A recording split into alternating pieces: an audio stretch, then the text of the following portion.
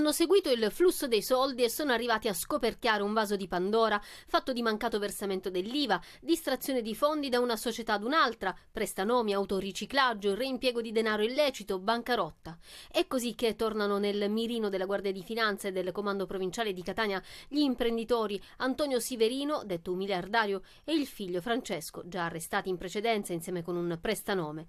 I finanzieri, in collaborazione con lo Scico, hanno eseguito un blitz in 5 regioni italiane, arrestato 3 persone e indagato altre 28, oltre che sequestrato beni per 86 milioni di euro. Secondo le accuse, i Siverino avrebbero sistematicamente favorito il clan Scalisi di Adrano, articolazione locale della famiglia mafiosa Laudani, alimentando le casse del gruppo con un contributo stabile e protratto nel tempo. L'obiettivo era quello di consolidare il potere economico dell'organizzazione mafiosa, incrementare e allo stesso tempo occultare il patrimonio del sodalizio, dal quale in cambio avrebbero ricevuto protezione e agevolazione per espandere le proprie attività imprenditoriali. Nel nuovo filone investigativo sono stati approfonditi i rapporti commerciali e i flussi finanziari della rete di 25 imprese, con sede a Catania, Milano, Napoli, Roma, Varese e Verona, facenti capo ai 2 imprenditori arrestati. Sono state ricostruite le cause che hanno portato al gravissimo dissesto economico di una società catanese attiva nella commercializzazione di carburante e formalmente amministrata da un soggetto di comodo, dichiarata fallita nel 2021. La società fallita non avrebbe versato l'IVA per oltre 9,7 milioni di euro solo nel 2019. I 2 imprenditori, inoltre, con l'aiuto di prestanome a capo di 6 diverse società, tutte riconducibili a loro, avrebbero operato ingiustificati prelievi in contante e bonifici in favore di queste società, drenando così liquidità per quasi 30 milioni di euro in poco più di 3 anni.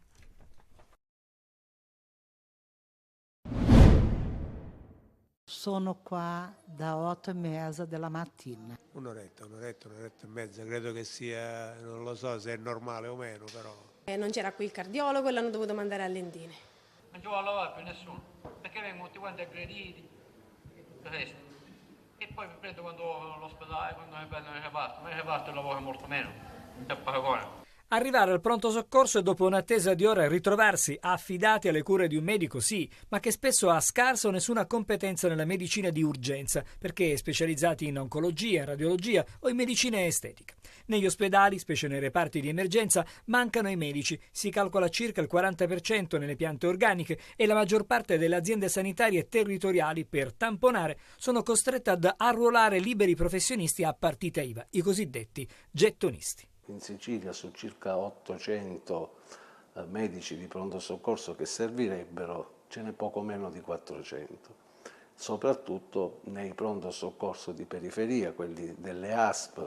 Pensare di poter rimpolpare le nostre unità operative con i medici gettonisti è assolutamente una follia. Gestiti da cooperative nazionali, sono chiamati per coprire turni di 12 ore e vengono pagati da 80 a 120 euro a ora. Un medico che può avere qualunque tipo di specializzazione o anche nessuna specializzazione, che accetta di fare il gettonista, guadagnerà per una notte in servizio 1.200 euro, 100 euro l'ora. C'è un mio amico oncologo, per esempio, che recentemente ha scelto di mettersi in aspettativa dal posto di lavoro dove era di ruolo, si è preso aspettativa, la legge lo consente, e nei mesi in cui sarà in aspettativa farà questo, i turni in pronto soccorso, e ovviamente guadagnerà cifre che da dipendente non avrebbe mai guadagnato, non si sarebbe mai sognato di guadagnare. E spesso, quando i pronto soccorso sono affidati a gettonisti, i reparti si fermano. Evidentemente il gettonista viene pagato ad ore. Se ha un caso dubbio, tiene il paziente all'interno del reparto di pronto soccorso tutto il tempo che serve per fare una diagnosi che lo metta al riparo anche dal punto di vista medico-legale. Ma mentre lui studia al triage e in sala d'attesa, c'è magari quello col braccio rotto che aspetterà ore. Mi vergogno a dirlo. È traffico. Troppe macchine. È un traffico tentacolare, vorticoso, che ci impedisce di vivere. Forse lo zio di Johnny Stecchino nel celebre film tanto torto non aveva. Uno dei problemi della città di Palermo è proprio il traffico. Tentacolare, come dice lui. E in effetti, guardando le immagini odierne, non ci andiamo tanto lontani. Questo è Ponte Corleone. A causa degli ennesimi lavori su una delle careggiate, questo è il risultato. Una coda di auto infinita. E ci vanno nemici, famiglia contro famiglia. Troppe macchine. Troppe macchine, vero, ma anche lavori in due parti nevralgiche della città, come appunto su Ponte Corleone e poi in via Crispi, altro snodo cruciale della viabilità palermitana. Anche più di un'ora per percorrere alcuni chilometri, una città sempre più assediata dal traffico quotidiano che in alcune ore della giornata diventa davvero estenuante per tutti gli automobilisti. Chiediamo all'assessore comunale all'urbanistica quale può essere la soluzione. I problemi del traffico in questa città si risolvono, intanto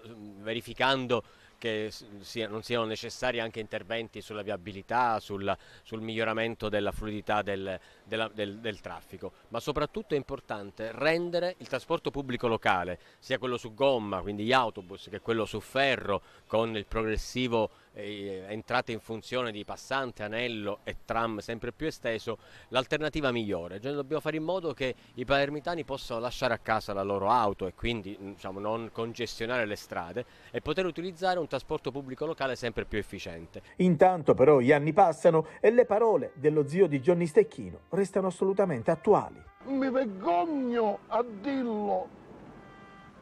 È traffico.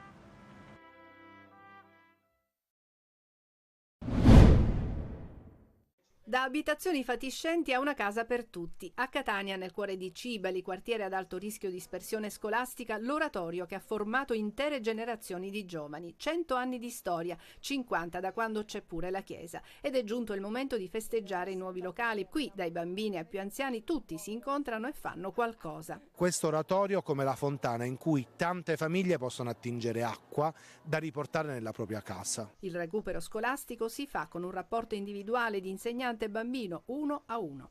Molti dei nostri bambini fanno recupero scolastico a casa di anziani invalidi che non possono venire in parrocchia. Un oratorio che è un faro per questo quartiere. Il mio sogno è che ogni parrocchia abbia il suo oratorio. L'oratorio ormai non è più semplicemente il luogo dei ragazzi, ma il luogo delle famiglie. Dobbiamo pensarlo così. Nel 1921 la famiglia Marletta donò il terreno per far sorgere un centro di aggregazione giovanile. La prima costruzione fu una cappella e poi il teatrino, ai cui spettacoli partecipava tutto il quartiere. Tutti maschi, anche le parti femminili le facevano i maschi. Tra i più giovani c'è Alice, cresciuta qui e che all'oratorio ha dedicato la sua tesi di laurea. C'è Alessia. Padre Alberto, vorrei andare in Africa per aiutare il prossimo e lui mi ha risposto: c'è bisogno che arrivi fino a là, inizia da qua, da casa tua. Vito ora fa il ginecologo. La guerra era finita da pochi anni e l'oratorio ci accolse per farci maturare dal punto di vista religioso, spirituale e anche sportivo. Molti i ragazzi di un tempo diventati professionisti e che continuano a frequentarlo.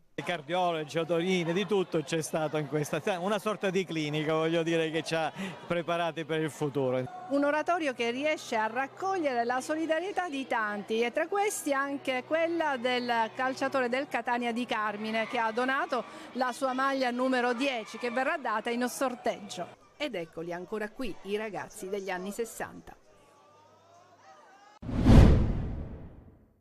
Il Palermo non muore mai. Al minuto 104 Leo Stulaz recupera lo Spezia e con una punizione magistrale pareggia sul 2-2, una partita che sembrava persa. E invece il Palermo non si è arreso, è risalito dallo 0-2 al 2-2, un punto che ha il sapore quasi della vittoria. Una partita pazza, quella del Barbera, non adatta ai deboli di cuore. I 30.000 sugli spalti chiedono una vittoria, ma è lo Spezia a giocare meglio sin dall'inizio e a creare occasioni. Così dopo un salvataggio di Piacelli, Henderson alla mezz'ora regala palla a Reca che dal limite dell'area sfodera un tiro a giro che brucia l'estremo difensore rosanero. È 0-1. Il Palermo stordito prova a reagire, ma la formazione ligure è ben messa in campo. Nella ripresa il Palermo si riversa in avanti, reclama un rigore che probabilmente c'era, ma che l'arbitro non fischia dopo 3 minuti al VAR. Si va avanti ed è lo Spezia a raddoppiare. Bandinelli approfitta del lassismo della difesa palermitana, serve Zurkowski con un cross basso basso e da pochi centimetri il numero 9 non fallisce. Sembra finita, ma non è così. Lund per Mancuso, non sbaglia l'attaccante rosanero subentrato a Insigne, 1-2. Il Palermo crea, tira in porta, ma non riesce a pareggiare. La partita regala ancora emozioni, le più belle per il rosanero. Dopo un presunto calcio di rigore al 102esimo per una spinta di Bertola su Soleri, Forneo assegna il calcio di punizione dopo aver stabilito al VAR che il contatto è avvenuto fuori area. Ci pensa Stulac a fare 2-2 e a mandare in estasi il popolo del Barbera. Le due squadre hanno accettato il confronto, hanno cercato di superarsi sino all'ultimo secondo. Se andate a vedervi i dati della partita certificano che meritavamo un risultato positivo e l'abbiamo ottenuto con una spinta straordinaria del nostro pubblico, 30.000 persone che ci hanno aiutato, sostenuto e noi abbiamo messo in campo l'energia giusta per provarci, per non abbatterci. Palermo terzo in classifica, ma con una partita ancora da recuperare. Il successo di 3 punti contro il Taranto appartengono già alle statistiche. Adesso il Catania cerca continuità ma soprattutto una svolta che, se sarà, si capirà già dalla partita di domani in casa del fanalino di coda Monterosi, un avversario che, a dispetto dei soli 2 punti conquistati nell'ultimo turno, ha messo alle corde il ben quotato Avellino e l'errore che si può fare in questo momento è proprio quello di sottovalutarlo. Il vento deve cambiare, già si è notata un'inversione nell'approccio della squadra e l'esultanza di Di Carmine con un Tabiani che domenica era dato sotto esame è un bel segnale di compattezza della squadra. Ma adesso occorre dimostrare di poter proseguire su quella strada, servono conferme anche lontano dal Massimino. Il tecnico rossazzurro ha battuto molto su questo argomento in questi giorni di preparazione e di avvicinamento al match di domani pomeriggio. Ritroverà Silvestri, il difensore centrale che ha scontato il turno di squalifica, e può contare anche sulla disponibilità, seppur non a tempo pieno, di Chiarella se dovesse esserci necessità per l'attacco. Quaini è difficile possa essere recuperabile, così dal primo minuto potrebbe esserci spazio per Rizzo.